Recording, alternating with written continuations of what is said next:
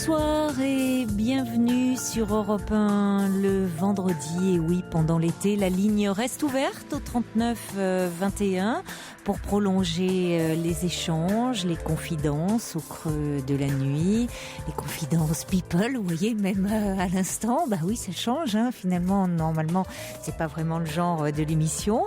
Mais bon, si vous vous retrouvez dans une histoire, si un auditeur vous touche, n'hésitez pas à appeler le 39 21 à tout instant jusqu'à 1h pour dialoguer avec nous. Vous pouvez également réagir par mail sur le site europe1.fr ou par SMS au 7 39 21 en commençant vos messages par le mot nuit. Ce soir, c'est Valentin et Julie qui vont vous accueillir au 39 21 et c'est Romain Causeur qui réalise cette émission. Alors justement, on prolonge un peu le débat d'hier. Quelqu'un me dit par SMS, pour retrouver aussi vite quelqu'un, Johnny Depp a sûrement passé une annonce dans Le Chasseur français. C'est bien le genre, hein, je vois bien comme ça. Remarquez, incognito. Pourquoi pas, vous savez, et je pense que comme nous en parlait Catherine hier, eh bien je peux vous dire qu'il y en a un qui va se frotter les mains, c'est Point Rencontre Magazine, parce que la vente de son titre va augmenter, ils vont pas comprendre pourquoi, et ça va être grâce à Europe 1, grâce à la libre antenne, puisqu'on en a parlé hier soir, et je peux vous dire que vous avez été vraiment très très nombreux à appeler le standard, le 3921, pour nous demander les coordonnées de Point Rencontre Magazine. Donc, à mon avis, vous êtes très désireuses, l'été approchant, de faire des rencontres. Et écoutez, Catherine a bien fait l'article hier. J'espère vraiment que ça va marcher.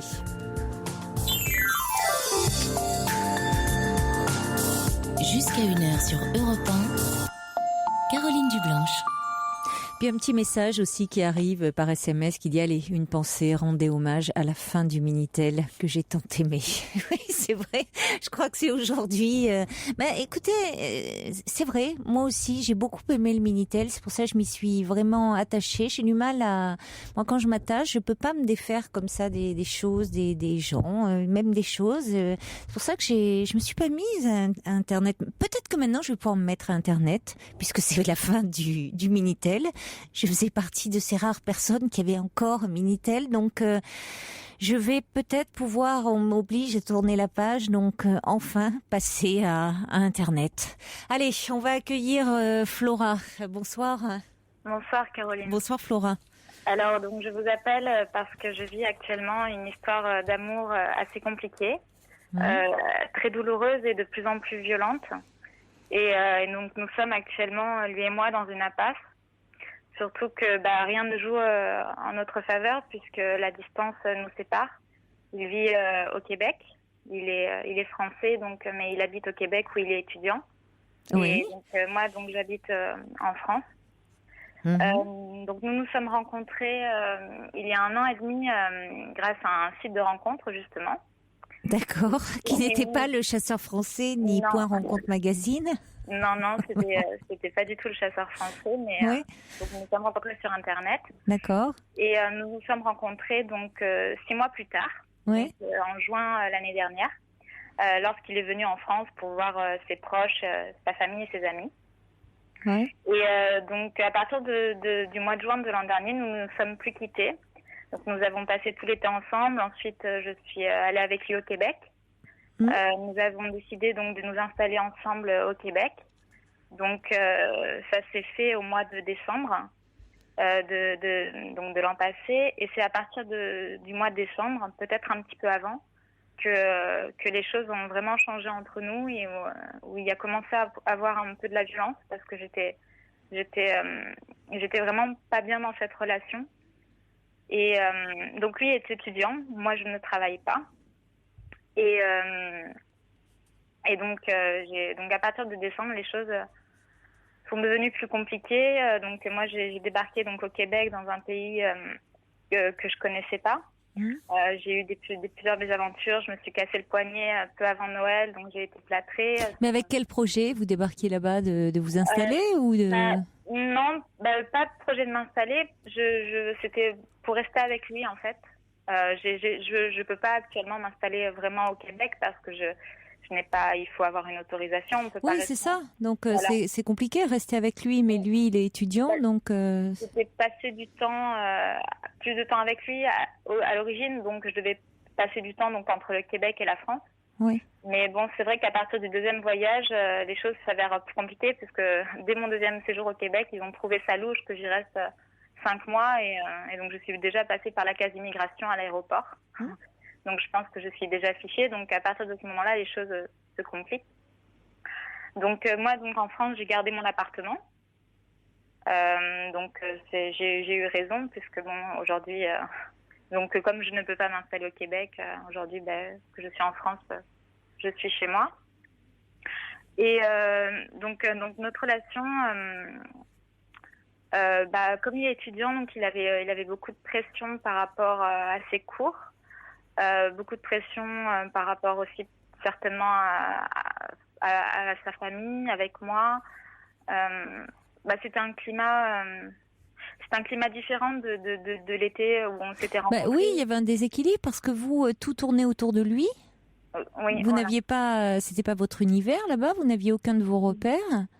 Et lui, il faisait ses études, enfin, il avait sa vie organisée, il fallait il avait du travail à faire, enfin, il pouvait pas vous consacrer tout son temps.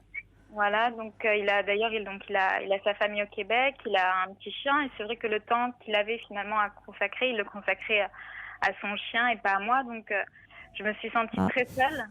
Et je servais qu'à lui faire à manger et je me sentais vraiment très malheureuse j'étais vraiment... Mais quand vous l'avez rencontré, il faisait déjà ses études au Québec ? Oui. D'accord. Ça fait plusieurs années maintenant qu'il est au Québec. Donc vous saviez. Et là, donc, il est étudiant en informatique là-bas. Et il compte revenir ou il veut s'installer là-bas ? Qu'est-ce qu'il en est ? Là, il en a encore à peu près pour 2 ans d'études. D'accord. Et après, il va essayer de chercher du boulot là où il trouvera. Donc, ce sera soit au Canada, soit en France. C'est vrai que c'est assez difficile de me projeter avec lui. Et vous, entre-temps, est-ce que vous vous projetez un peu dans votre vie à vous ? Est-ce que vous avez fait des études ? Est-ce que vous... Non, je n'ai pas fait d'études. Non, mais est-ce que vous travaillez ? Est-ce que vous en êtes dans votre vie, vous ? Actuellement, je ne travaille pas. Parce que je vois que vous avez 24 ans. Enfin, vous voyez, il faut que vous ayez des projets pour vous, un peu. Oui. C'est vrai que j'ai du mal à me projeter dans l'avenir. Ça a toujours... ça tourne trop autour de ce garçon ? Oui, c'est tout à fait ça.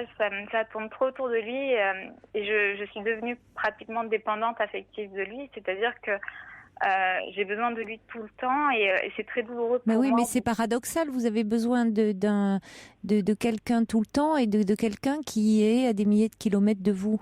Oui.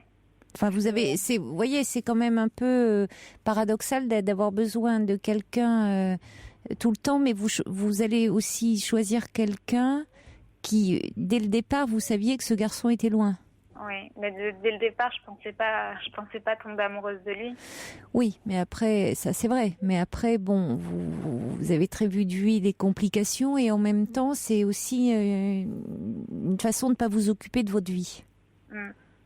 Et c'est vrai que je me trouve en tout cas actuellement dans une impasse, c'est-à-dire que je n'ai pas envie de vivre au Québec parce que il faut dire que j'ai pas une très bonne expérience de la vie avec lui, où je me suis vraiment sentie très seule, donc c'était pas mon pays, j'avais pas de famille là-bas, il ne s'occupait pas de moi entre guillemets parce que il me consacrait, il travaillait, il avait ses études et le peu de temps c'était pour son chien et donc et puis on se disputait mais malgré tout j'ai besoin de lui souvent je souhaite que cette relation s'arrête parce que je souffre énormément. Je me sens très seule, surtout quand avec la distance et même parfois quand je suis avec lui je me sens très seule parce que je suis tellement en demande j'ai tellement en demande d'amour, d'affection que... Et pourquoi vous êtes autant en demande ? parce que je suis amoureuse. Non, mais avant, est-ce que vous étiez autant en demande dans vos précédentes relations? J'ai eu mes précédentes relations, j'ai vécu une relation très fusionnelle quand j'étais au lycée. J'étais tout le temps donc avec la personne mais constamment, c'est-à-dire qu'on était au lycée ensemble. Donc c'est une relation qui a duré 2 ans. Et on était tout le temps ensemble le soir, le week-end, au lycée. On était toujours tout le temps tous les deux. Et du coup, j'ai besoin d'une relation fusionnelle avec la personne. J'ai besoin d'être une priorité pour lui. Et actuellement, dans la relation actuelle, c'est pas forcément le cas. Et moi, je suis toujours raccrochée à lui, même lorsqu'on est donc ensemble. C'est toujours moi qui vais vers lui. Alors, vous dites, justement, vous dites vous avez besoin. Hein, vous êtes plus dans le besoin que dans le désir, que dans le... donc, comment faites-vous quand il n'est pas là? C'est assez... Parce que la plupart du temps, il n'est pas là. Donc, comment faites-vous? Alors, quand il n'est pas là, donc j'attends donc ses messages donc Internet. Impatiemment, c'est-à-dire qu'avant, quand j'avais pas cette relation à distance, par exemple, c'est quelque chose de tout bête, mais j'éteignais tous les soirs mon ordinateur et le matin, je traînais, je faisais autre chose, je ne jetais pas tout de suite sur l'ordinateur. Et là, il y a des nuits où j'en viens à avoir constamment l'ordinateur à mes côtés, même dans la chambre. Oui. Et parfois, même avant de m'endormir, aller consulter ma messagerie pour voir s'il ne m'aurait pas écrit. Donc, je suis même dépendante de ces messages. Et le matin, la première chose que je fais, même parfois avant le saut du lit, je mets l'ordi à côté du lit et hop, je prends l'ordinateur. D'accord. Et si vous avez un message, vous êtes rassurée? Oui, oui. Vous pouvez mener votre journée ou vous avez besoin d'avoir d'autres messages, d'être connecté comme ça à lui? Je peux donc c'est le message du matin, on va dire c'est le meilleur message pour débuter la journée. Et ensuite donc le reste de la journée, donc je le passe moi à rédiger mon message et voilà, et en attendant de pouvoir communiquer avec lui quand il sera disponible, parce qu'il y a aussi le décalage horaire. Et qu'est-ce que vous faites le reste du temps? Le reste du temps, je fais pas grand-chose. J'ai pas de vie sociale en fait. Donc j'habite dans un endroit où je connais personne. Donc j'ai que ma mère qui n'est pas très loin, à 45 minutes. J'ai mon chat. Vous habitez seule? J'habite seule, oui. Ouais. J'habite seule. Et pourquoi vous habitez dans un endroit où vous connaissez personne? Parce que vous dites vous avez votre mère qui est à côté, donc c'est pas un endroit où vous avez grandi? Non. Non? Non, c'est pas du tout un endroit où j'ai grandi. Moi, j'ai grandi en Savoie et là, j'habite dans le sud de la France. Donc en fait, quand j'ai quitté, donc je vis seule depuis 2009, donc depuis mes 21 ans. Pour quelle raison? Parce que j'y vais avec mon papa à l'époque et j'ai décidé donc de me lancer dans la vie entre guillemets, et de quitter le domicile pour affronter la vie, parce que sinon j'étais dans un petit cocon et j'avais besoin de vivre, parce que j'avais besoin de me lancer dans la vie. Bon, ça n'a pas forcément bien marché, et donc quand j'ai quitté donc le domicile familial. J'ai pris un appartement donc dans une grande ville, pareil, où je connaissais personne. C'était un choix, c'était totalement le hasard qui m'a fait choisir cette ville. Et dans cette ville-là, j'ai eu beaucoup de soucis avec mon appartement. J'ai eu des cafards, des souris, et donc j'ai souhaité partir pour habiter dans un immeuble neuf.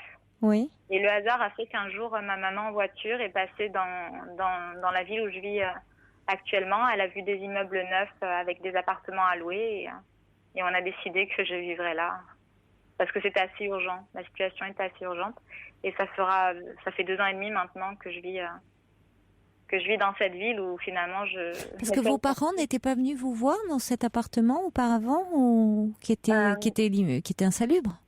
Mon papa était venu une fois Donc j'y ai vécu 9 mois. C'est très peu? Ouais, c'est très peu, mais il travaillait. Non, mais c'est étrange finalement, vous dites que vous étiez dans un cocon familial, et puis la rupture qu'il y a entre ce cocon, familial, et ce désir de vous projeter dans le monde, dans la vie, mais qui est assez radical. Vous voyez, où à 20 ans, je sais pas, on peut encore avoir besoin de ses parents, se reposer sur eux, compter sur eux. Alors, est-ce que c'est que vous ne vouliez plus de leur aide, de leur soutien, ou est-ce que finalement ils vous ont laissé un peu vous débrouiller? Qu'est-ce qu'il en était? Il en était donc à cette époque, donc j'avais 20-21 ans, j'étais pas très bien donc dans ma peau et puis dans ma vie. Bon, ça fait 10 ans donc maintenant, donc à l'époque ça faisait un peu moins que je souffre d'anorexie boulimie. D'accord. Et donc j'avais ça m'a créé une bulle, on va dire. Et donc je sais pas comment expliquer, j'ai un trou d'ailleurs de ce que je voulais dire. Vous disiez que ça fait 10 ans que vous souffrez d'anorexie boulimie et que vous étiez un peu dans votre bulle, et peut-être que vous avez voulu crever la bulle, mais de façon vraiment extrême, en disant peut-être qu'il fallait sortir de l'univers familial qui n'était pas tant un cocon que ça. Oui, c'était pas. C'était un cocon. Vous savez, un cocon, on peut normalement, si on prend le papillon, la larve, pour que le papillon puisse éclore, il faut, vous voyez, sinon dans le cocon, la larve, il faut qu'elle puisse à un moment en sortir du cocon, sinon elle meurt dans son cocon.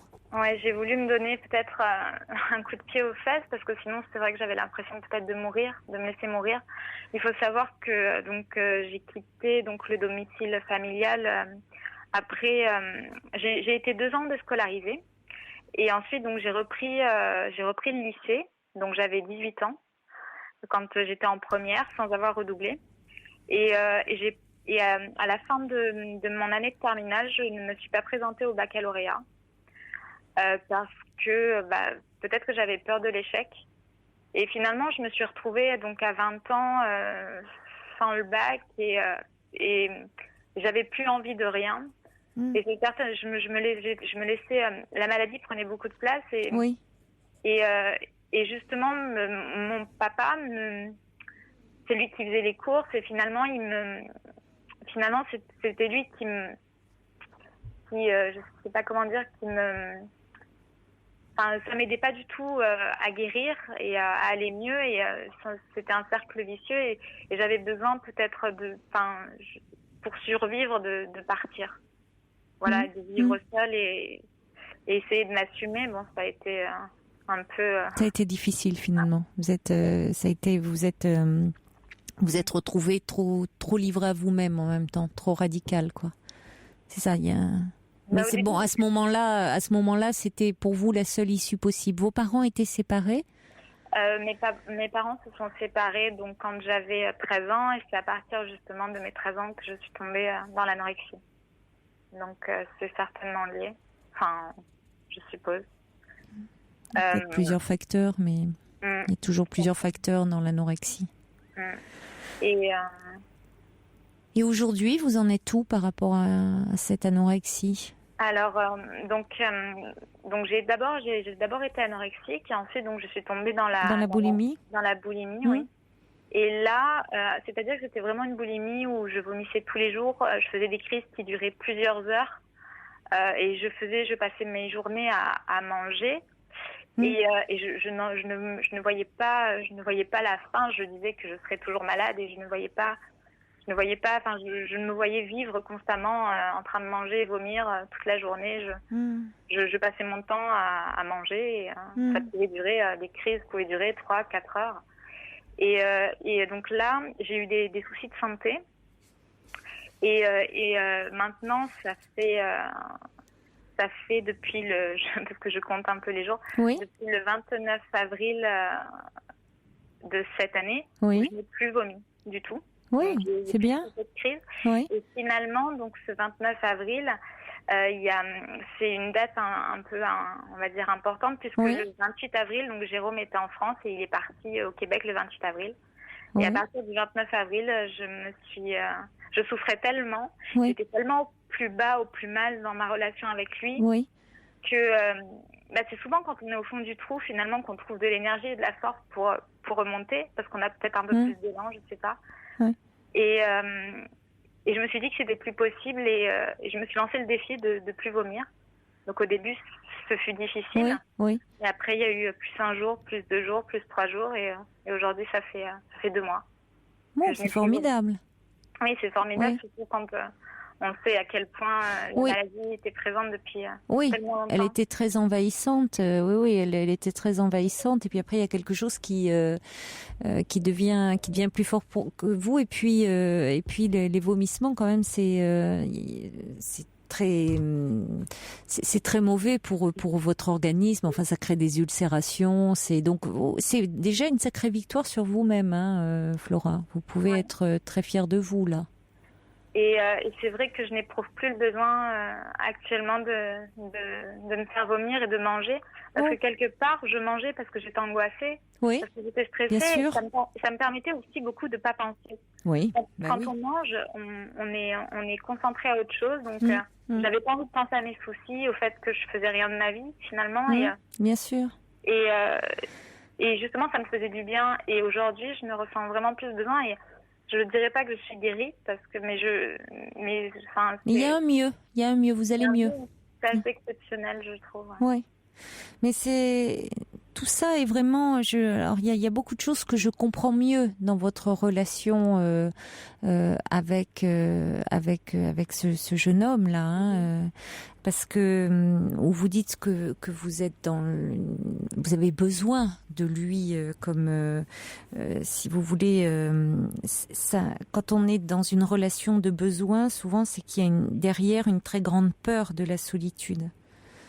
Et finalement, on est plus. Ça veut dire que on est plus. Vous voyez, si vous voulez, on a besoin de l'autre. Ça veut dire que on a tellement peur, au fond, d'être seul, que ça compte plus que l'autre soit là et de vouloir fusionner avec lui, plutôt que d'être dans une relation basée sur l'échange et l'amour. Et c'est vrai que c'est toujours très compliqué d'être dans ces relations-là, parce qu'il faudrait que l'autre soit vraiment infaillible. Hein, qui soit toujours qui soit parfait. Or, on rencontre que des êtres humains, donc des êtres humains qui ont des failles et qui sont imparfaits, donc qui sont susceptibles à un moment de nous faire souffrir. Donc c'est vrai que les crises de boulimie sont très fréquentes dans les problèmes de solitude. De toute façon, anorexie, boulimie, c'est les deux faces d'une même problématique, hein. Et parce que la nourriture, comme vous l'avez dit, c'est pas seulement ce qui nous nourrit, c'est aussi tout l'environnement affectif. Vous voyez, on se console de beaucoup de choses avec la nourriture, on remplit beaucoup de choses. Donc alors vous avez déjà là surmonté une étape très très importante. Maintenant, il y a d'autres choses par rapport à comme vous dites, ce sentiment de vide et de rien faire de votre vie, parce que votre vie, à un moment, elle s'est arrêtée, elle s'est arrêtée dans le cours de la vie sociale. Hein, c'est la vie sociale qui s'est arrêtée parce qu'il y a eu cette interruption du bac, parce que votre maladie prenait complètement le dessus. Et vous empêchez, si vous voulez, de passer le bac, de travailler et autres. Mais, je veux dire, vous avez 24 ans, Flora. Donc, à 24 ans, franchement, vous êtes incroyablement jeune. Donc, tout reste à faire. Vous voyez ? Tout reste ouvert. Là où vous pouvez vous dire, oh là là, je fais rien de ma vie et ma vie est suspendue, comme ça, je sais pas quoi faire, et vous paraît un peu insurmontable, dans les faits, mais tout est possible. Ouais. Voyez, simplement il faut que vous soyez un peu soutenu et un peu encouragé, Parce que je comprends qu'il y ait des moments de découragement et que finalement toute votre énergie passe à attendre et focaliser sur ce garçon, parce qu'avec lui vous avez des moments de bien-être, de bon, pas toujours finalement, parce que d'ailleurs quand vous êtes avec lui vous en attendez beaucoup. Ouais. C'est-à-dire, et vous avez été très déçu quand vous avez été le voir, parce que bon, lui là-bas il a sa vie. Alors comme vous dites d'ailleurs, à un moment, ce qui a été douloureux, c'est qu'il passait presque plus de temps avec son chien qu'avec vous. Bon, là, il y a quand même quelque chose qui cloche. Hein. Donc, il faut vraiment que vous appreniez à vous occuper de vous. Et ça s'apprend de vous et de votre vie. Alors, de vous, comme vous le faites, commencez à prendre soin de vous, parce que c'est vrai que cette maladie qui vous abîmait, le fait de vous faire vomir et tout, comme vous dites, hein, vous y allez doucement et vous êtes raisonnable en disant... Bon, n'allez pas trop vite en besogne en disant je ne suis pas guérie, mais c'est un sacré pas en avant que vous avez fait. Bon, il faut y aller comme ça, considérer les choses petit à petit, et puis continuer sur cette voie-là en étant aidé et voir un peu, songer à des projets, à ce que vous avez envie de faire. Un bac, ça peut se repasser par correspondance et vous pouvez reprendre des études. Vous n'avez que 24 ans. Oui, c'est vrai que c'est tout ce que c'est. Enfin, vous n'êtes pas la première à me le dire que je peux reprendre des études, mais c'est vrai que quand on a arrêté. Oui, ça paraît très. On a l'impression qu'après c'est très loin. Mais vous vous rendez compte, vous avez arrêté au niveau de la terminale. Oui. C'est pas comme si vous aviez arrêté. Il y a des personnes qui parfois arrêtent beaucoup plus tôt. Vous avez arrêté au niveau de la terminale, donc avec une remise à niveau, c'est tout à fait envisageable. Mais il faut que vous repreniez un peu confiance en vous. Est-ce que vous êtes suivie en ce moment ? Oui, je suis suivie actuellement, mais assez épisodiquement par une psychiatre, puisqu'actuellement elle a son emploi du temps complet, donc elle me prend quand elle peut. Ça fait à peu près 2 ans que je la vois. Au début, oui, mais alors ça va pas que vous soyez suivi épisodiquement. Compte tenu quand même de votre histoire, de votre problématique, il faudrait que vous soyez suivi plus régulièrement. Si vous voulez, je la voyais toutes les semaines pendant 1 an et demi. Ensuite, donc quand je suis partie au Québec, elle a donc placé quelqu'un d'autre sur ma plage horaire. Oui, je comprends, mais bon. Et actuellement, elle est complète. Oui, d'accord, mais enfin, oui, non, mais je comprends. Après, bien sûr, quand vous êtes parti, il y a quelqu'un d'autre qui, bon, mais après, vous étiez là aussi quand même. Elle s'était occupée de vous. Elle doit vous la voyez à quel rythme maintenant ? Alors la dernière fois que je l'ai vue, c'était le 26 juin. Non, je dis une bêtise. Non, c'était début juin. Et je la revois 1 mois après. Donc je la revois là le 17 juillet. Ah oui, avant, ça vous convient ce rythme-là ? Actuellement, oui. Enfin, c'est vrai que... C'est pas beaucoup, je trouve. Compte tenu de votre problématique, ça serait quand même important que vous soyez soutenu davantage. Il y a trop de temps, personnellement, je vous dis ce que j'en pense, qui s'écoule d'une séance à une autre. Ouais. C'est long, 1 mois. 1 mois, voyez, vous restez, vous dites les journées, déjà une journée c'est long. Ça s'écoule un peu dans un temps suspendu. Moi, ce que j'ai retenu, c'est vous attendez. Ouais. Vous attendez les messages. Vous êtes reliés, voilà, vous êtes dans l'attente. Et vous pouvez pas à 24 ans comme ça, Florin, rester dans l'attente. Vous avez des choses à faire pour vous-même. Je dis pas de tout d'un coup remplir votre vie de plein de choses là, d'avoir un agenda surbooké. C'est pas de ça dont il s'agit. Mais c'est de pouvoir arriver à vous occuper de vous, à reprendre, à retrouver une certaine énergie pour reprendre le cours de votre vie. Voyez ? C'est pas du tout vous culpabiliser, c'est pas de ça du tout dont il s'agit, puisque je trouve que, au contraire, comme le dit Ninon, qui envoie un message, elle dit vraiment bravo pour vos efforts, Flora, vous avez beaucoup de ressources, faites-vous confiance. Mais c'est justement pour que vous ayez davantage, voyez, de soutien et d'appui. Or, en 1 mois, c'est interminable, 1 mois. Quand on a besoin comme ça d'être un peu soutenu, porter, encourager, 1 fois par semaine, c'est bien. Ouais. Parfois même, vous voyez, ça peut être 2 fois, mais bon, 1 fois par semaine, c'est bien. Alors, renseignez-vous, peut-être qu'il peut y avoir aussi, même à l'hôpital, si vous êtes proche d'un centre hospitalier, quelqu'un spécialisé dans les troubles du comportement alimentaire. Ça peut être pas mal aussi, qui fait de la thérapie, mais dans les troubles du comportement alimentaire. C'est bien aussi de connaître quelqu'un.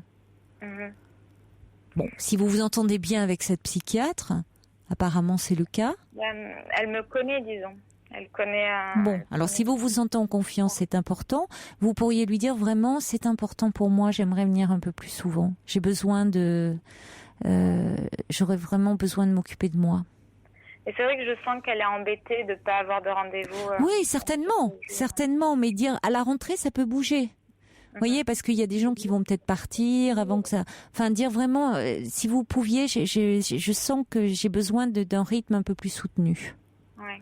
Vous avancerez mieux et plus vite. Ouais. C'est important. Pour vous recentrer sur vous. Par rapport à votre ami, parce qu'il faut vraiment, si vous voulez, lui, il sera à une place... peut-être un peu moins importante à partir du moment, ça ne veut pas dire que votre histoire, elle continuera pas, mais il faut que vous vous occupiez de votre vie. Ouais. Voyez, il faut que vous ayez à nouveau des projets pour vous, il faut que vous vous investissiez pour vous. Vous pouvez pas passer uniquement vos journées suspendues à ces messages. Pour le moment, c'est comme ça, c'est une période comme ça et vous avez déjà fait beaucoup. Mais voilà, il faut que vous repreniez aussi petit à petit le cours de votre vie et vous allez y arriver, Flora, parce que vous avez effectivement beaucoup de courage et beaucoup de ressources. Merci beaucoup de votre appel. Merci à vous. Merci. Au revoir, Flora. Pour parler à Caroline Dublanche, appelez le 39 21 34 centimes les minutes.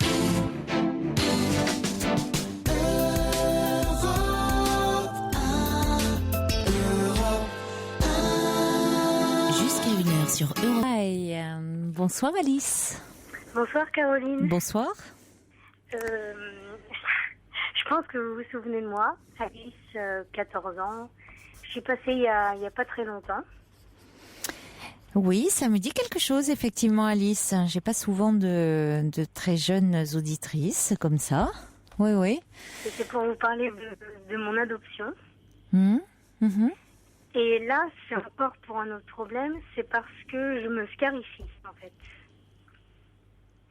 Donc j'ai commencé en 6e. Ça, on n'en avait pas parlé, hein? Oui, ça je faisais déjà, mais j'en avais pas parlé. Parce que je l'accepte depuis pas très longtemps, donc maintenant j'arrive mieux à en parler, mais bon. Donc j'ai commencé en 6e, parce qu'un garçon le faisait, et j'ai commencé par un cours de français. Parce qu'un garçon le faisait? Oui, il faisait ça, puis je m'amusais un peu à faire ça aussi. Mais j'allais pas profond au début, et puis... Oui, c'était pas des entailles très profondes. Puis après, j'ai commencé à le faire plus souvent. Puis maintenant, je continue. Puis j'arrive pas à arrêter, en fait. C'est comme si c'était une drogue, en fait. À quel niveau? À quel niveau tu le fais, ça? Les mains, les bras aussi. Donc c'est visible, ça se voit. Parce que là, on est en été, enfin il fait chaud, donc les autres peuvent le voir. Tes parents peuvent le voir. Là, c'est des cicatrices, mais voilà, j'ai un peu arrêté, mais ça m'arrive de le refaire. En fait, je peux pas arrêter.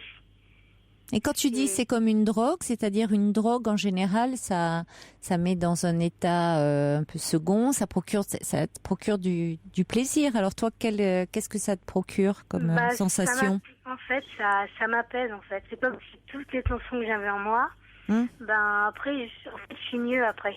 Tu te sens mieux après? Ouais. Je sais pas, par exemple, on me dit t'es nul, t'es moche, ça va me blesser. Alors au lieu de dire à l'autre pourquoi tu me dis ça, je vais me couper en fait. Qui te dit ça, que tu es nul et moche? Il y a un gars de ma classe qui m'avait dit ça pendant un cours d'art plastique. Et puis, je me suis coupée en fait. Et un peu trop parce que je suis allée à l'hôpital après. Mais je voulais pas m'ouvrir en fait. Je voulais juste apaiser une douleur en fait. Parce qu'en fait, il m'avait blessée. Oui, il t'avait blessé avec ses paroles. Mais toi, Voilà, Alors, il t'avait blessé avec ses paroles et toi, tu blesses ton corps. Voilà. Parfois, je me T'en dis... rajoutes une couche. Bah, ouais. Enfin, je me dis que faut mieux se faire mal à soi que faire mal à l'autre. Bah, non, si l'autre te fait mal avec des mots, avec des paroles, tu as le droit de le blesser aussi avec des mots. Mais oui, mais à ce moment-là, je peux pas, en fait. Pourquoi ? Qu'est-ce qui t'en C'est- empêche ? Bah, je sais pas, je crois que je peux rien lui répondre parce que je suis trop blessée, Tu es trop blessé. Tu as pas les mots sur le moment. Voilà. Les mots te manquent sur le moment. Voilà. Puis après, je sais pas réagir. Après, je deviens énervée. Et c'est vraiment en me coupant que ça me calme. Oui, mais le problème, c'est que, tu vois, Alice, on n'est pas juste, on est des êtres humains et on est doués de parole. Donc nous, on a cette possibilité-là de pouvoir quand même mettre des mots sur ce que l'on ressent. Alors je suis d'accord avec toi, quand il y a des moments, des émotions qui sont trop fortes, telles que la peur, ou quand on est blessé, quand quelqu'un nous fait mal avec des paroles, on n'a pas toujours la réaction qui vient au bon moment. C'est après coup. On se dit, tiens, j'aurais dû lui répondre ça. Ah, mais ça, Mais je c'est peux pas, après en fait. coup. Mais pour autant, on n'a pas à réagir comme si on était des animaux, à se griffer, à se mordre, à s'arracher les cheveux, à s'en prendre à notre corps, ou au corps de l'autre d'ailleurs. Non, ça, C'est-à-dire à se faire souffrir de cette façon-là. Parce que justement, on a les mots pour le dire, ou à ce moment-là, pour l'écrire. Donc il vaudrait mieux que tu, sur le moment, ce que tu n'arrives pas à dire, que tu puisses, je sais pas, te rentrer, l'écrire, ou après coup, tu vas voir ce garçon et tu le dis même après coup. Ah, mais C'est pas grave, mais tu lui dis après coup, même si c'est vrai qu'on n'a pas toujours les mots, mais tu lui dis, même si ça vient un peu tard, tu lui dis quand même. Mais là, tu t'en prends à toi. Et lui, ce garçon, il en sait rien qui t'a blessé. Enfin, si tu veux, il le sait, évidemment. Quand on tient ce genre de propos, on sait très bien que ça fait pas plaisir. Mais ça l'empêchera pas de recommencer. Donc au final, ça a rien arrangé. Si j'insulte, après, il va me blesser encore plus. Et en fait, je veux juste qu'il arrête, en fait. Mais c'est pas forcément l'insulter. C'est pas forcément l'insulter. C'est tu peux trouver justement réfléchir aussi. Lui aussi, ce garçon, tu as le droit, à partir du moment où quelqu'un te blesse comme ça volontairement, ce garçon, il a un point faible aussi pour attaquer. Il a un point faible, il a bon, et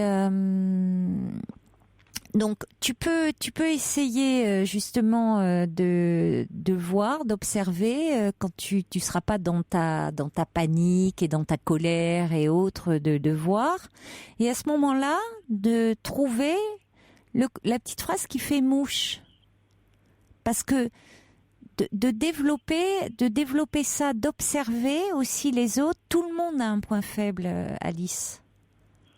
Parce que la phrase, là, franchement, t'es moche et t'es bête et tout ça. Enfin, je veux dire, c'est une généralité qu'on peut dire à tout le monde quand on veut blesser. Bah ouais. C'est même assez idiot comme phrase. Ça vaut pas le coup de se mettre dans ces états-là. Tu vois, je vois pas pourquoi ça te met dans cet état-là d'ailleurs. Sinon, après, c'est pas agréable évidemment, mais c'est plutôt très bête de la part de ce garçon. Tu vois ? Ouais. Bon. Après, on me dit. Peut-être qu'il s'intéresse à toi en fait, hein, et que c'est maladroit, mais c'est une façon de susciter ton intérêt. On va continuer à en parler après le journal. À tout de suite, ne raccroche pas. Il est minuit, merci. Merci d'écouter Europe 1. Le journal est présenté par Pierre Courade.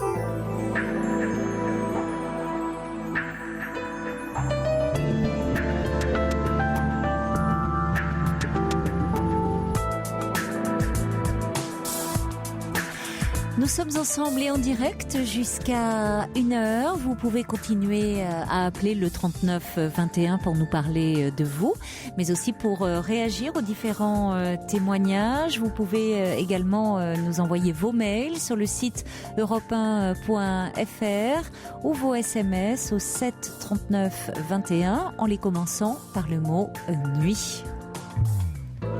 Pour dialoguer avec Caroline Dublanche, envoyez nuit suivi de votre message par SMS au 7 39 21. 50 centimes plus coût d'un SMS. Alors, nous sommes en compagnie d'Alice, qui a 14 ans et qui se scarifie. Bombec me dit, mais enfin, Alice n'arrête pas de vous dire que se couper la soulage, pour elle, ce n'est pas une douleur, mais un exutoire. Ce serait bien de comprendre pourquoi. J'avais bien compris, mon cher Bombec, que se couper, comme le dit Alice, se scarifier, la soulageait, et que c'était finalement quelque chose qui l'apaisait. C'est ce que tu dis, Alice, hein, que toutes tes tensions s'apaisent. Néanmoins, je persiste à dire que y a d'autres moyens que celui-là, que d'apaiser ces tensions. Il y a d'autres personnes qui disent que c'est pour eux un moyen de se sentir exister, de se sentir vivant. Donc, je dis néanmoins qu'il y a d'autres moyens que celui-là. Voilà. Bon, donc les tensions qui s'apaisent de cette façon-là, on en avait parlé d'ailleurs, Alice, quand tu avais appelé pour parler de ton adoption. Je pense que tu étais suivie à ce moment-là en thérapie. Je pense que tu dois continuer à l'être.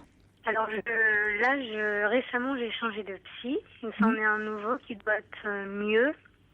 Mais il faut que j'aille le voir parce que j'ai vu qu'une fois pour l'instant, donc j'allais le revoir. D'accord. C'est toi qui as demandé à changer ? Mon médecin traitant m'a dit qu'il y en avait un bien. Et puis il m'a demandé si j'étais d'accord. Et j'ai dit pourquoi pas. D'accord. Donc je vais en voir un autre. D'accord. Et lui, tu lui en as parlé ? En fait, on est arrivé en retard. Du coup, je l'ai pas vu longtemps. Donc D'accord, c'était le premier rendez-vous. Oui, voilà. Donc oui, vous n'avez pas parlé de ça en premier. Tu t'es plutôt non. présentée. Oui, voilà. Oui, bon, tu auras le temps d'en parler. Mais parce que là, tu pourras parler aussi de tout ce qui... de toutes ces tensions, justement. C'est-à-dire que tu as du mal à contenir la colère, à parler de tout ce qui te blesse. Ouais. Ça explose très vite. Oui, voilà, en fait, c'est ça. Puis, parfois, on me dit... d'ailleurs, le gars que je disais tout à l'heure, je peux pas lui répondre quand il me dit qu'est-ce que t'as l'adopter. De toute façon, ça m'étonne pas si t'as été abandonné par ta mère biologique vu la tête que t'as. Enfin, il dit des trucs comme ça, mais je peux pas lui répondre, justement, quand il dit ça. Parce que lui, je peux pas lui dire. Parce que ça touche à l'adoption et c'est quelque chose qui est compliqué d'en parler pour toi. Non, j'arrive à dire que j'ai été adoptée, mais... Mais pourquoi d'abord, comment se fait-il, lui ? Comment sait-il que tu as été adoptée ? Parce qu'après tout, c'est ton histoire. Il le sait parce que mon prof principal, après que je me sois coupée, il a fait... Pendant le cours de français, il a dit Alice, c'est une personne sensible, elle a eu un parcours difficile, il faut être sympa. Mais déjà, on est 4 filles dans la classe, et le reste, c'est des garçons. Et puis, du coup, ils n'arrêtent pas, mais en fait, ouais. Je pense que le prof principal, j'aurais pas dû lui dire. Parce que maintenant, il a un peu compris, mais en même temps, il continue. Oui, c'est-à-dire ça te met dans un statut à part, quoi, où il joue de cette situation et de façon pénible pour toi. dans ce côté, ça donne une image dévalorisante de l'adoption et de l'abandon, comme si effectivement tu avais été abandonné parce que tu n'étais pas assez bien, et effectivement en plus il joue sur l'aspect physique vu la tête que t'as, ce qui est complètement idiot, enfin ce qui est vraiment, il ne mesure pas certainement à sa décharge, ce garçon, à quel point ça peut te faire du mal, je pense. Mais à quel point ça résonne avec ton histoire de façon douloureuse, et à quel point surtout c'est un non-sens. Oui. Les autres de la classe, ils ont compris en fait. Oui. Mais c'est juste lui en fait. Du coup. Mais il y a 4 filles dans la classe qui sont super. Bah, tu peux leur faire une petite dédicace. Oui. Bah, je vous remercie. Je suis pas sûre. Elles écoutent. Oui, j'écoute. Ah bon? Je remercie Pauline et Myriam et puis Sakina et Sacha. Bon. Tu leur as dit que tu appelais? Ouais. Du coup, elles me disent allez, tu vas y arriver. Elles m'encouragent beaucoup en fait. Bah oui, parce que c'est vrai que tu en parles très bien quand tu veux. Il n'y a pas de problème pour en parler. Non. Mais c'est en plus, là, tu vois, bon, il y a un garçon sur toute une classe, hein. Alors évidemment, c'est blessant parce que il tient des idées reçues très bêtes sur l'adoption, mais il ne mesure pas à quel point ça peut te faire souffrir. L'idée que la mère qui abandonne, hein, entre guillemets, son enfant, ça serait parce que elle aime pas son enfant, ou parce que finalement son enfant il est pas digne d'être aimé, ou parce que alors que c'est tout le contraire. C'est toujours une femme qui aime son enfant puisqu'elle le confie à d'autres plutôt que de le faire vivre dans de mauvaises conditions. Soit parce que c'est justement des mauvaises conditions économiques, souvent. Ouais. Hein? En fait, ça, j'ai compris il n'y a pas longtemps que c'était une chance pour moi d'avoir été adoptée et que j'aurais pu rester en orphelinat toute ma vie, en fait. Ben oui. Et finalement, de t'avoir confié comme ça à cet orphelinat, c'était de pouvoir te donner une chance. Soit parce qu'effectivement, je ne sais pas de quel pays tu viens, ou de... Bulgarie. Comment ? Bulgarie. Oui, la Bulgarie. Donc, quand on sait effectivement ce qu'ont connu ces pays, là, les crises qu'ils ont traversées, il y a souvent eu des contextes comme ça, des situations économiques terribles, hein, où les femmes se sont retrouvées dans des situations de n'avoir pas d'autre choix. De ne pas pouvoir élever leur enfant.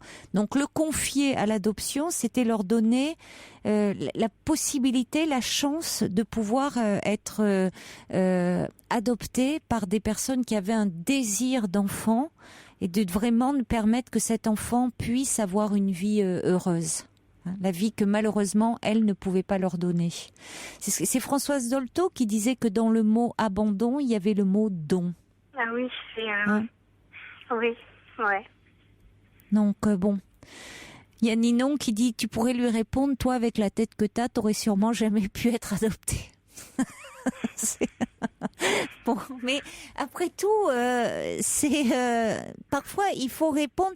Ce garçon, je sais pas à quoi ça lui renvoie, mais quelque chose peut-être il a un problème autre, lui. Je sais pas ce qu'il agresse, ouais, parce que tout le monde a compris, et au contraire, n'en fait pas un problème.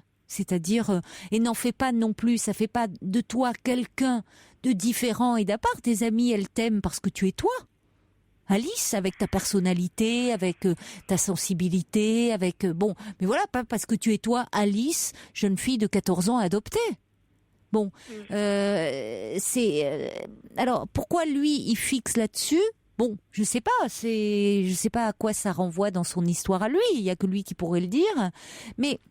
Il peut avoir un autre problème, ce garçon. Il faut pas que tu hésites. Si à nouveau il t'agresse là-dessus, déjà il faut moins que tu lui montres que ça te blesse à ce point-là.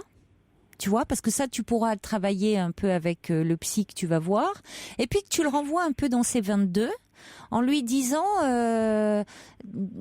quelque chose sur un peu, tu vois, peut-être avec tes copines. Le problème qu'il a, il n'hésite pas. Il s'agit pas de l'insulter, hein, d'être grossière ou vulgaire vis-à-vis de lui. Mais tu peux très bien lui renvoyer avec par les mots, par la parole, quelque chose qui un peu le remette en place, et tu vas voir qu'il va se dégonfler comme une baudruche là. Et tu auras un peu moins peur de lui. Voilà, il laissera tranquille. C'est ça que tu veux, qu'il te laisse tranquille. Ouais, voilà. Bon. Mais t'en parleras avec ton psy aussi. Ouais. Vous pensez que j'arriverai à arrêter de me clarifier? Parce que, ah oui, je pense que tu vas y arriver. On me dit d'arrêter. Oui. Ils m'ont dit, mais faut que tu arrêtes. Ta famille, elle t'aime, on t'aime, on n'aime pas te voir te faire du mal. J'essaie d'arrêter, mais j'arrive pas, en fait. Mais parce que, tu vas y arriver. Même quand on m'insulte pas, en fait. Même quand on me dit... oui, mais parce qu'il y a... me blesse aussi. Il y a quelque chose, pour le moment, que tu n'arrives pas encore à mettre avec des mots, à canaliser, à certaines choses. Et puis, petit à petit, tu vas voir, en grandissant, tu vas arriver à le faire. Oui, ne t'inquiète pas. Bien sûr. Et même quand on me dit tais-toi ou quelque chose comme ça, on en a parlé déjà, Alice, ensemble, mais tu vas y arriver. Faut que tu te fasses un peu confiance aussi. Et puis tu vas en parler aussi avec ce nouveau psy que tu vas voir. D'accord ? Allez, il est tard maintenant, jeune fille. Je vais te laisser aller dormir quand même. Je sais bien que c'est la fin des vacances. Bah oui, mais quand même, hein, minuit 20, ça commence à faire tard. Oh. Je t'embrasse, Alice. Bonnes vacances. Merci, vous aussi. Au revoir Alice. Au revoir. Pour parler à Caroline Dublanche, appelez le 39 21, 34 centimes les minutes.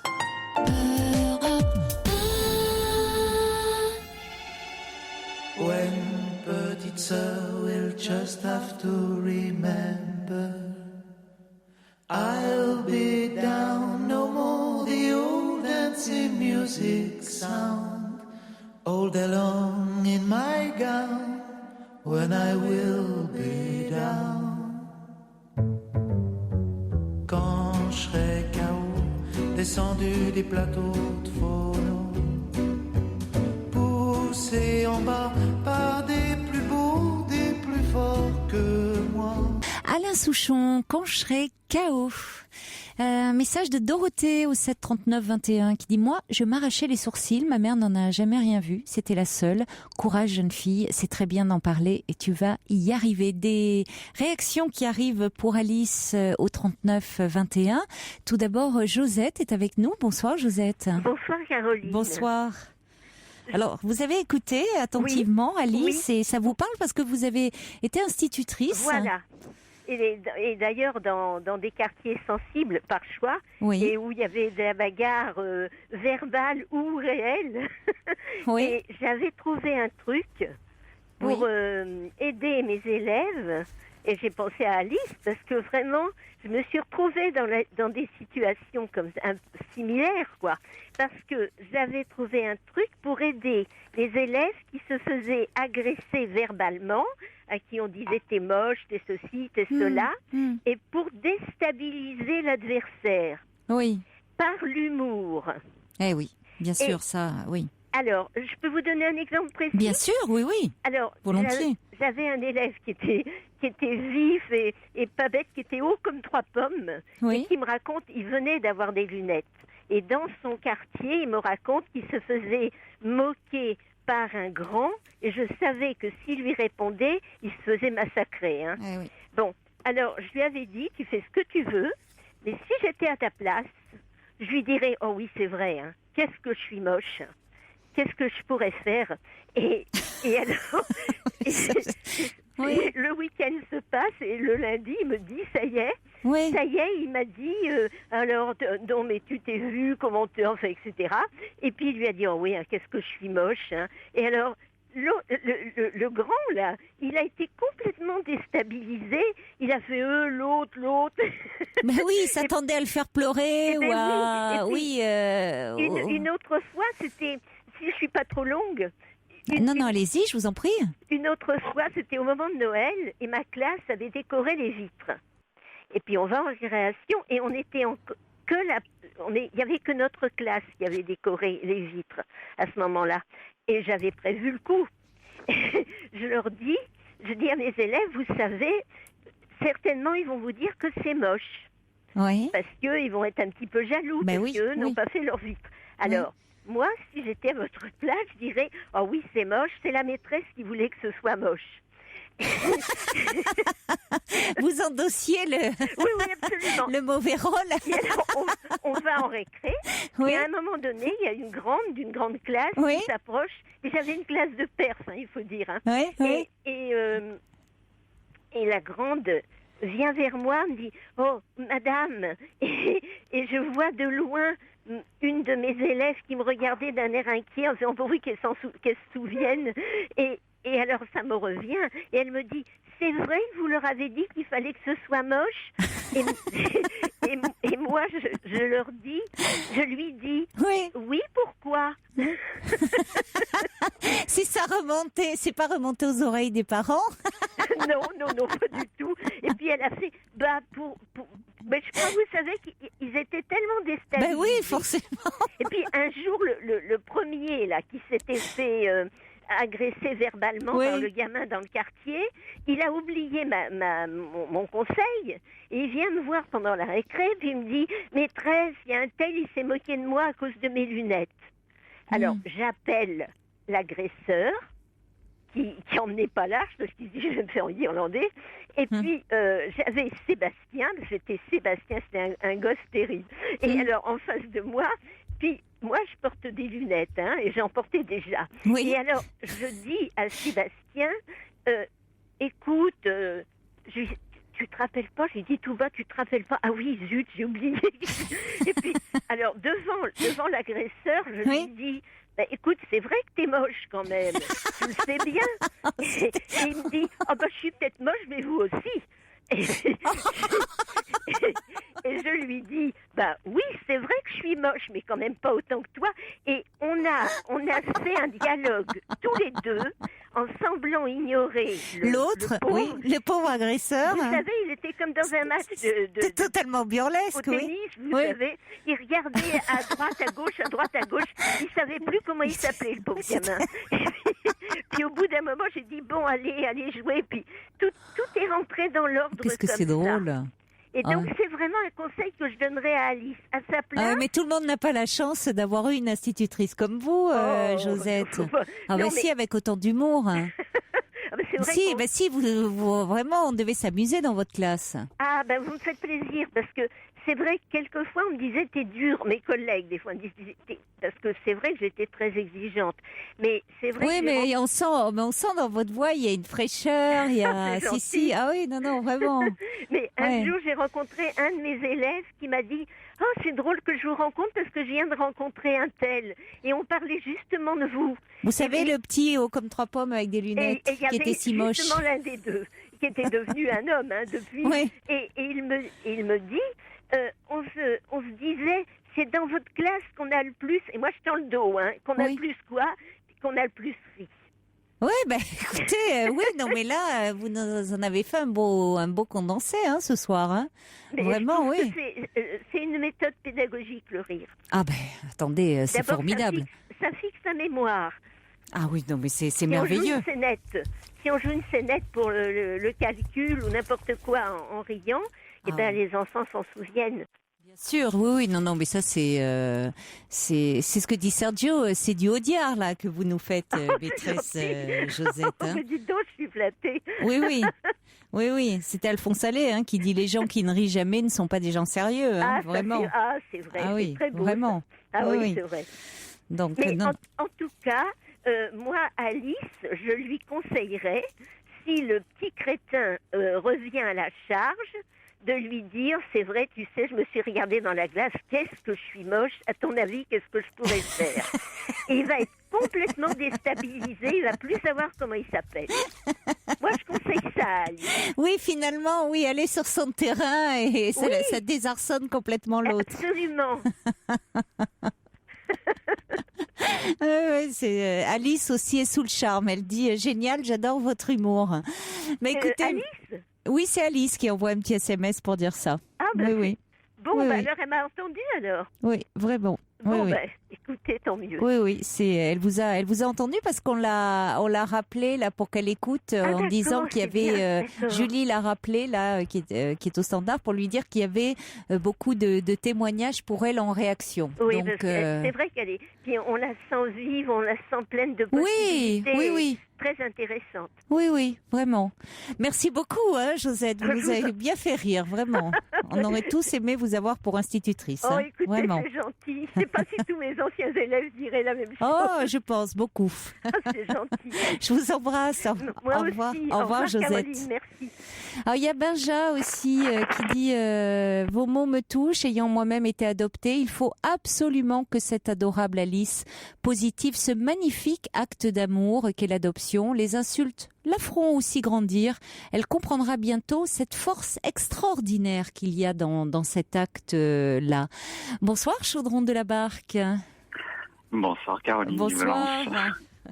Vous voyez, finalement, je n'arrête pas d'apparaître alors que je n'avais qu'une seule envie de disparaître. Mais en non, ça serait trop jeune dommage. Alice, Non. C'est un bonheur de vous entendre.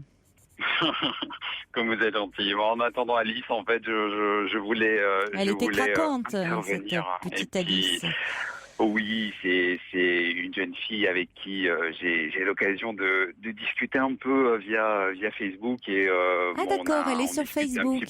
D'accord. Oui, on discute un petit peu de tout et de rien et ce qu'elle n'a peut-être pas osé vous dire parce que je suis en voiture là et j'ai pris son témoignage en cours de route. Oui. C'est qu'elle écrit très bien. Elle a ce talent et ce goût pour l'écriture et une nouvelle fois, j'ai vraiment envie de l'inciter à écrire encore et encore et à se concentrer sur cette activité afin d'essayer de canaliser son énergie. Je pense que lorsqu'elle aura trouvé un thérapeute avec qui le courant passera mieux, elle pourra justement, à l'aide de ses écrits, avoir une base de travail un peu plus profonde et malheureusement, ce que disait l'auditrice précédente est intéressant, bien sûr, oui, l'humour, l'autodérision, le sarcasme, avec plaisir, évidemment, mais néanmoins, pour cela, je crois qu'il faut déjà avoir pris énormément de distance par rapport à ce que l'on vit et quand on est à cet âge un petit peu fragile où on ne sait pas bien quelle direction suivre, faire preuve d'autodérision et d'un tel sarcasme à l'égard de ceux qui nous attaquent demande déjà une certaine confiance en soi que l'on n'a pas quand on a 14 ans. C'est ça, c'est un âge où on doute beaucoup de soi ou de son physique, de son apparence. Donc c'est vrai que c'est très compliqué. Oui.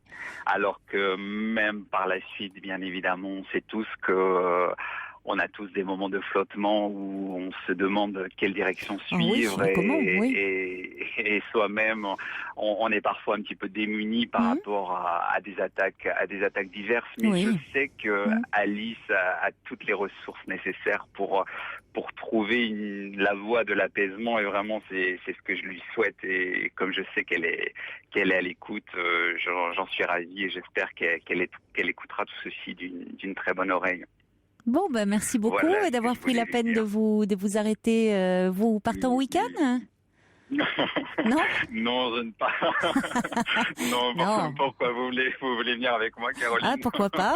Oui, passez me chercher à la sortie d'Europe 1. Ah non, ça va. J'ai un petit peu de route, je pense, pour arriver jusqu'à la rue François 1er. Ah mais bon, alors non. Non, je demandais ça comme ça. Vous me dites, vous êtes sur la route. On est. Ça va être peut-être le premier départ en vacances pour certains. Donc, je me disais que peut-être vous alliez partir un petit peu en week-end ou peut-être en vacances, mais bon, voilà, je n'en demande pas plus. Voilà, c'est tout. Bon, vous avez bien raison. Bon. Et dites-moi, quand vous arrêtez-vous, je n'ai pas suivi les dates. Et pourquoi je vous en dirai? Moi, je vous en dis pas plus non plus, mon cher Chaudron de la Barca. D'accord. Non, vous me répondez pas, je ne vois. Mais non, je plaisante. Non, je serai là jusqu'à la semaine prochaine, jusqu'au vendredi prochain inclus, donc le 6 juillet. Et puis après, c'est Caroline Veil, que vous connaissez, qui va prendre le relais pour tout le mois d'août, enfin à partir du 9 août, du lundi 9 août. Et puis, du 9 août, qu'est-ce que... J'ai sauté un mois, moi, ça y est, à partir du lundi 9 juillet, pardon. Et puis en août, ça sera Sophie Peters, voilà. Et moi, je serai de retour, Sophie Peters, que vous connaissez bien sûr également. Et moi, je serai de retour le 20 août, le lundi 20 août. Eh bien, vous voyez, nous allons encore faire jaser parce que moi aussi, je serai en vacances à partir de la semaine prochaine. Vous voyez, nous sommes faits pour nous rencontrer quelque part, finalement. Ben oui, où c'est ça, c'est ce qui reste à déterminer, alors là. À la croisée des chemins, sur un étang, quelque part par là, voilà. Sur un étang, oui, c'est intéressant, ça, sur un étang, oui. Je vais réfléchir à cette belle idée poétique. Alors, il y a Sergio qui dit, ou si c'est Monsieur de la Barre qui dit qu'elle écrit bien, c'est qu'elle doit avoir grand talent, cette jeune Alice, parce que c'est un expert. Non, sûrement pas, mais elle a un talent certain et je sens chez elle une fibre littéraire que je l'ai incité 1000 fois à exploiter et vraiment je pense qu'elle pourra en faire quelque chose de très très riche. À cultiver. Il y a Ninon qui dit un bonjour à Calderón de la Barca, que je n'ai pas la chance de connaître, mais quand même. Alors, il y a également, il y avait quelqu'un qui disait, c'est Lolo qui dit, moi j'ai 17 ans, j'ai subi aussi de méchantes critiques suite à un handicap physique il y a quelques années, et c'est grâce à l'humour et à l'autodérision que ces critiques ont cessé. Je conseille à Alice, si elle le peut, d'en faire de même. Et puis il y a Cathy qui fond complètement pour votre voix. Bon. Eh bien, dites-moi, voilà. Je vais monter un fan club si ça continue comme ça. Écoutez, voyez, oui, Cathy, elle est plus sensible lorsque vous appelez que lorsque c'est moi qui lis vos mails et je la comprends. Oui, c'est normal. C'est normal. Hein. Oh, Caroline, c'est beaucoup trop. Mais non, c'est mérité. Allez, je vous embrasse, mon cher Chaudron. À bientôt, alors, j'espère. Également, Caroline. Bonsoir. Au revoir. Et nous accueillons maintenant François. Bonsoir, François.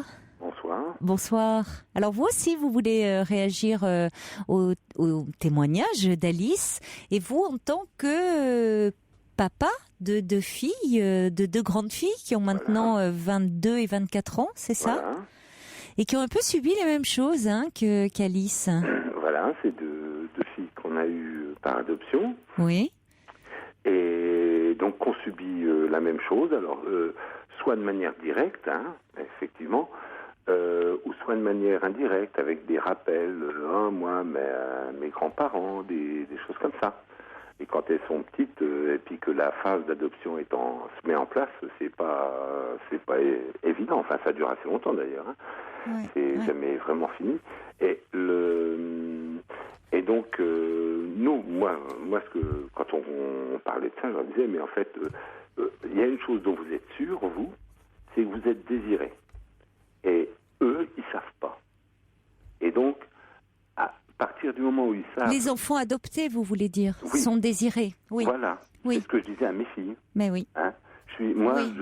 C'est un tel parcours du combattant, l'adoption, qu'effectivement, ils sont très désirés par leurs parents, par les parents qui les ont adoptés. Voilà. Oui. Et je disais, c'est vrai, c'est très juste. Vous êtes sûr de ça. Vous pouvez en être sûr de ça. Parce qu'il y a tous les papiers, on peut le montrer. Il y a toutes les preuves en plus. Mais eux, ils savent. Tu te retrouves face à des enfants, des jeunes, qui ne savent pas, qui se posent certainement la question, qui peuvent être un peu plus ou moins rejetés, donc voilà. Et ils te renvoient ça, en fait, parce qu'ils sont jaloux. Parce que ça leur plaît pas que ce soit trop clair. Donc, Et moi, je leur disais ça pas pour qu'ils renvoient des choses méchantes. Ce que disait la dame tout à l'heure, c'était parfait. Avec l'humour, c'était Josette, parfait. oui. L'institutrice, mais c'est simplement pour qu'elles soient sûres de leur valeur intérieure. Oui. Qu'elles aient les armes intérieures. Oui. Ça les a aidées, certainement, beaucoup construites, vos filles. J'espère. Certainement, oui, que vous leur disiez ça, à quel point vous les avez désirées. Ça compte beaucoup. À quel point elles comptaient pour vous, à quel point elles avaient de la valeur à vos yeux. Oui, et puis on a toujours dit que l'adoption, c'est pas ça se passe pas dans un sens, ça se passe dans les deux. On est parents, on adopte des enfants, les enfants adoptent les parents. C'est vrai. C'est la même chose qui se passe. Oui. Chacun a sa place. Mais oui. c'est le même phénomène. Oui, c'est une rencontre, bien sûr, qui se passe la plupart du temps bien, qui parfois peut être plus compliquée. Il faut du temps, mais il faut s'apprivoiser, c'est vrai. Oui, bien sûr. L'enfant aussi doit adopter ses parents. C'est vrai, vous avez raison. Donc voilà, si ça peut l'aider à se renforcer. À se renforcer, oui. Et elles vont bien, vos filles oui. Comme des jeunes femmes, oui. Oui. Il y a des... Vous avez traversé des périodes difficiles au moment de l'adolescence, Oui, mais pas de choses plus compliquées que ça. Ouais. Normalement difficiles. Oui, c'est ça. Les enfants adoptés ne vont pas plus mal. Les études montrent que des enfants qui n'ont pas été adoptés. Simplement, ces enfants-là ou ces adolescents-là sont plus scrutés que les autres. Oui, tout à fait. Donc, on relève plus chez eux de comportements parfois un peu difficiles autres. Mais parce que les parents souvent sont, comme vous dites, c'est des enfants tellement désirés que les parents sont extrêmement vigilants, attentifs, n'hésitent pas à consulter à la moins de problèmes, mettent souvent la difficulté sur le compte de l'adoption, alors que parfois ce n'est pas le cas. Donc parfois on trouve effectivement plus des choses dans le comportement, des difficultés de comportement, mais parce que ce sont des enfants qui sont beaucoup plus scrutés, beaucoup plus étudiés entre guillemets que les enfants dans le reste de la population. Oui. Moi, par rapport aux difficultés, je pense avoir été un adolescent beaucoup plus difficile que mes filles. Là-dessus, je sais même pas où je pense, je suis sûr. C'est garanti 100%. Donc, voilà. Il n'y a pas de le problème, c'est de se sentir stigmatisé. Et je pense, pour les... oui, voilà. C'est la stigmatisation, en fait, que ça provoque. La réaction du prof de français qui dit à toute la classe, c'est lamentable.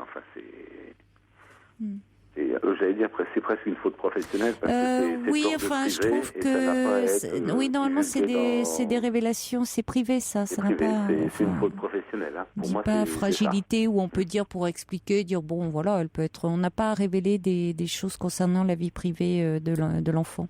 Tout à fait. Non.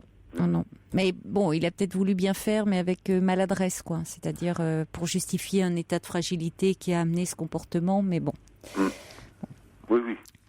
Certainement, qu'il a voulu pour susciter de la compréhension chez les autres, chez les camarades, mais c'est vrai que on révèle pas la vie privée.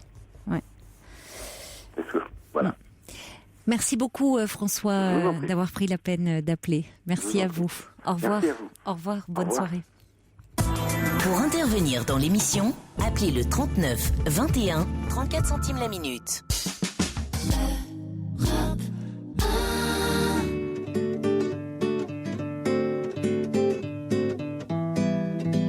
Jusqu'à 1h sur Europe 1, Caroline Dublanche. Thought about all the girls running, playing, moving flowers, and I didn't know what I could say. I was the kind of her who didn't want to save the world, as she was about to. 'Cause I was up to play with girlies, and I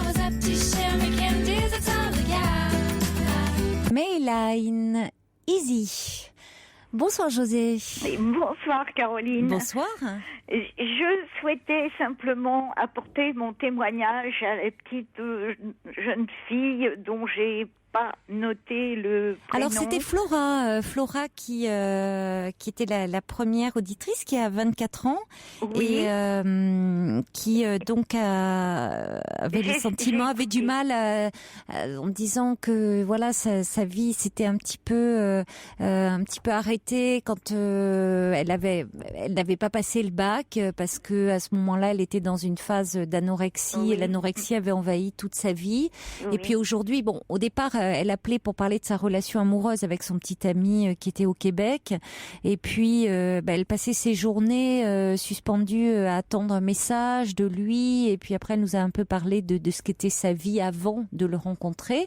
Et donc, quand je lui ai parlé de la possibilité de reprendre des études et autres, ça lui paraissait compliqué parce qu'elle disait qu'elle avait arrêté, elle n'avait pas eu son bac du fait de son anorexie et que actuellement pourtant elle en était quand même sortie, hein. Donc voilà, vous vouliez réagir sur ce témoignage. Et oui, je voulais réagir pour la bonne raison, c'est que je suis d'une autre époque et que elle a bien sûr l'âge maintenant de mes petits-enfants puisque je ne suis plus toute jeune.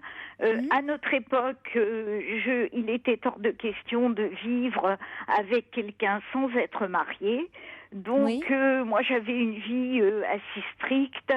Nous sommes mariés. Mon mari était étudiant. J'ai abandonné mes études pour qu'il puisse, lui, continuer. Puis, c'était un moment où il était sur Citer, guerre d'Algérie. Nous avons eu notre première fille, puis la deuxième fille. Puis, sa situation s'est stabilisée. Et à ce moment-là, à l'âge de 32 ans, j'ai repris mes études avec des jeunes filles qui venaient de passer, elles, le bac. Ah oui. C'est pas facile, hein. Ça doit pas être. On doit se sentir un peu décalé. On sent un petit peu décalé, un petit peu mal à l'aise. C'est courageux en même temps, je trouve. C'est formidable d'avoir fait ça. Je sais pas, mais j'avais vraiment, quand j'ai abandonné mes études, c'est vraiment ce que je voulais faire, et je me suis dit après, il n'y a pas de raison, finalement. J'ai envie de m'épanouir dans cela et je veux aller jusqu'au bout, donc j'ai repassé les concours et puis bien voilà, ça a été un petit peu dur, j'ai été mise un peu à l'épreuve et finalement j'ai toujours été major. Ah, et c'est formidable. Non, je crois pas. C'était un peu difficile, c'est vrai, mais aussi épanouissant parce que je pense que j'ai aussi... vous avez une volonté terrible. Vous avez une détermination. Ah oui, quand même, oui. Donc, pour tout dire, en fait, j'ai fait mes études d'infirmière, j'ai passé le concours d'entrée à l'école du boulevard Brune, j'ai été puéricultrice, puis j'ai passé l'école des cadres, etc. Et j'ai fait une carrière qui m'a comblée. Oui. Donc, j'avais envie de lui dire courage. Oui, écoutez,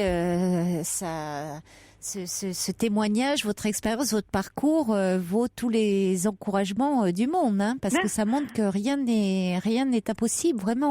C'est une question d'un moment de détermination, oui.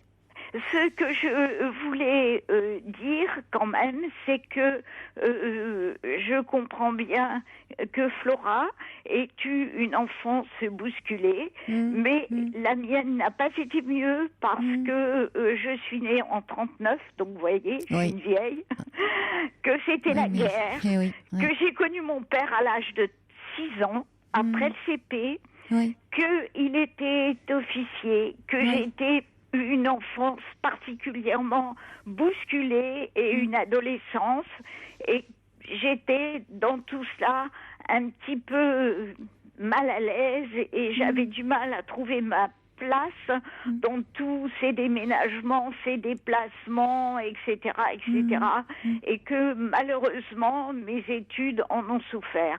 Mais finalement, eh bien, il faut qu'elle... Vous êtes bien rattrapée par la suite, hein? Qu'elle ait du courage. Oui. Et maintenant, ça fait 53 ans que je suis mariée. Et bon, j'ai passé des moments difficiles, comme bien sûr. Bon, j'ai des petits-enfants, je suis même arrière-grand-mère. Ah, c'est formidable. Les gens de votre génération, je trouve, ont souvent une résistance assez incroyable. Je suis toujours assez fascinée par... Vous croyez? Ah oui, moi, je trouve qu'il y a quand même, il y a eu, je sais pas, il y a eu la guerre, il y a eu plein de choses. J'entends des histoires comme ça et je sais pas. Après, bon, il y a que des cas particuliers, vous me direz, mais je suis quand même frappée. C'est ça revient. Je suis frappée par des témoignages où il y a eu quand même beaucoup d'épreuves, des histoires familiales. Et je suis frappée souvent par la capacité de résistance. Oui, vous savez, c'est très dur de connaître son père à 6 ans. Oui, mais il y a eu beaucoup de choses comme ça dans ce contexte-là et où finalement il y a une capacité de résistance, je trouve, et physique et psychique, et qu'aujourd'hui on est dans quelque chose où psychiquement les gens vont plus mal, alors que on est dans dans nos sociétés, hein, je parle occidentales, dans un plus grand confort matériel. Enfin, on est déjà on n'est plus en guerre dans nos sociétés européennes, occidentales. Voilà, c'est pas partout dans le monde, hein, malheureusement. Mais la souffrance psychique est en augmentation. Hein, ça interroge. Oui, c'est vrai, parce que moi je vois, j'ai des petits-enfants qui sont assez proches, avec qui je communique, etc., où je raconte des anecdotes, des histoires, pas de machine à laver, la machine, je sais que quand ma première fille est née, maman m'a acheté une bouilloire lessiveuse, ça les fait sortir de leur gond. Et des choses comme ça, 4 heures de transport par jour, on n'y pensait pas de voiture, les transports en commun. Mais le quotidien, non mais c'est ça, il n'y avait rien qui facilitait le quotidien, et aujourd'hui, plus, et pourtant, mais il y avait peut-être plus dans les rapports humains. C'était peut-être moins tendu et plus de solidarité, je sais pas. Enfin, je veux pas tomber dans des généralités, mais je sais pas. Je pense souvent, je voyage un peu maintenant, je suis en province parce que mon mari a eu beaucoup de problèmes de santé, je prends le train. Je vois tous ces gens qui m'entourent avec leurs écouteurs, leur Internet, et tas de choses. Moi, je vais vous dire, je prenais le train tous les jours à la même heure. Eh bien, nous finissions... On montait toujours dans le même wagon, nous rencontrions toujours les mêmes personnes et il se créait un genre de solidarité parmi nous tous, de s'inquiéter au fait, et ta grand-mère, et ton petit, et ceci, et cela. Et c'était chaleureux. On ne rencontre plus tout cela. Non, c'est vrai. On rencontre toujours les mêmes personnes aux mêmes heures, mais il n'y a pas cet échange. Non. Il n'y a pas cet échange-là, mais parce que maintenant, comme vous dites, les gens sont connectés à leurs écrans, à leurs écouteurs, ils écoutent la musique, ils sont reliés à rien, quoi. Ils sont pas reliés aux autres, en tout cas. Et vous savez, quand on est ouvert aux autres, c'est fou ce que l'on apprend. C'est fou ce qu'est la richesse de la communication.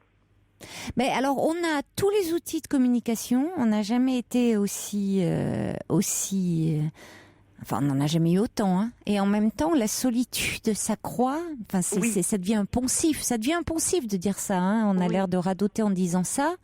Mais n'empêche que c'est pas seulement un poncif, c'est la réalité. Puisque même, on en parlait, il y a une étude là qui vient de sortir, la solitude, elle touche aussi, on croirait que ça touche seulement les personnes âgées, ça touche les trentenaires.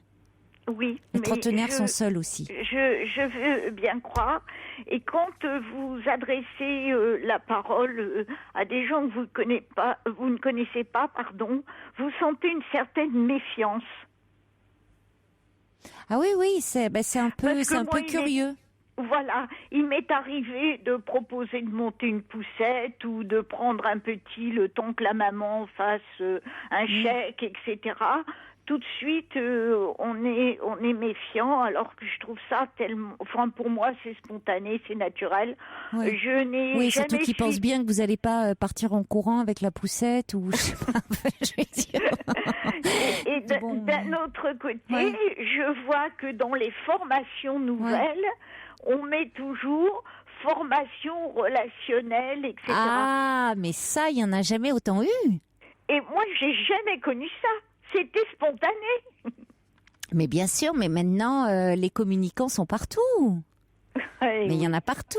Tout le monde se fait coacher par rapport à ça, dans les entreprises, les hommes politiques, n'en parlons pas. Mais vous savez, ce sont ceux qui communiquent, les communicants sont ceux qui sont le moins doués, en fait, pour parler. D'ailleurs, ils font de grosses bourdes souvent dans la communication. Oui. Et puis, mais en fait, ils parlent pas, ils communiquent. C'est ça, c'est tout à fait différent. Bien sûr. Et puis même les cadres maintenant font c'est tout le truc gestion du stress, méditer, enfin tout ça, enfin, tous ces trucs, c'est très tendance dans un monde. Mais pourquoi pas ? Je conçois dans un monde où tout va très vite, où tout, mais il y a un côté, on a envie de dire, mais les gars, ralentissez un petit peu de façon générale et soyez un peu plus attentifs aux autres que 5 minutes dans votre journée, quoi. Pour après optimiser au maximum votre temps pour à nouveau faire du business. Enfin, vous voyez, la vie, c'est pas que ça. Parce que, vous voyez, les gens ne sont plus capables d'aller au-devant de chercher à comprendre certaines choses, de dire ça va pas aujourd'hui, vous avez un souci, est-ce que je peux vous aider ? Jamais, plus jamais vous ne rencontrez ça. Et moi je trouve ça vraiment regrettable, parce que c'est ce que j'ai beaucoup aimé dans mon métier, c'est tout le contact, la communication, la chaleur, la tranquillité que je pouvais transmettre, la confiance, tout ça on connaît pas. Alors, il y a quand même, heureusement, des personnes avec qui, ça reste encore possible, et il y a des îlots, vous voyez, on retrouve, ça reste pris individuellement, on arrive, ça, les gens sont désireux de ça, parce que beaucoup de personnes souffrent de solitude, et beaucoup de gens, mais c'est surtout dans les grandes villes qu'on retrouve ça. Mais ça veut pas dire que dans les grandes villes les gens sont moins sympas. Ils sont, mais c'est la concentration de beaucoup de gens rassemblés qui fait ce côté un peu hostile, parce que dans les petits villages, les gens sont pas forcément toujours plus agréables et plus sympathiques vis-à-vis de leurs voisins. Hein. Vous voyez, ils ont l'air comme ça en apparence, mais bon, parce que dans les grandes villes, on voit dans les arrondissements et tout, on peut voir il y a une vie de quartier, il y a une dimension très chaleureuse. Mais il y a des îlots heureusement qui se recréent. Mais c'est un climat de façon générale. Mais vous savez, moi, je me suis expatriée un peu à regret en Vendée. Eh bien, il n'y a absolument... D'abord, je suis la Parisienne, déjà. Ah, ah oui, mais ça... Ouais. Ça, mais il n'y a dans beaucoup de régions. Aucune chaleur, une indifférence. Oui, c'est pas toujours simple de débarquer en province, parce que quand on n'en est pas issu. Oui, et c'est pas simple. Oui. Nous avions une résidence secondaire depuis les années 73. Ah ben oui, mais c'est pas assez. Non. Vous n'êtes pas du cru. Bon, mais j'étais ravie de parler avec vous, José. Merci beaucoup. En tout cas, j'espère que ça va donner du courage à Flora. Oui, beaucoup. Merci. Qu'elle ose, et je pense que sa maladie passera en second après. Merci beaucoup. Il faut qu'on se quitte. Merci, au revoir, bonne soirée. Il y a un petit message de Dalton qui dit hier j'étais tellement pris par l'émission que j'ai pas pu faire mon plein de gazole, donc panne, et j'ai pas pu finir d'écouter l'émission. Voilà ce qui arrive. Allez, je vous embrasse. Très belle nuit à vous. Faites de doux rêves. Excellent week-end et à lundi.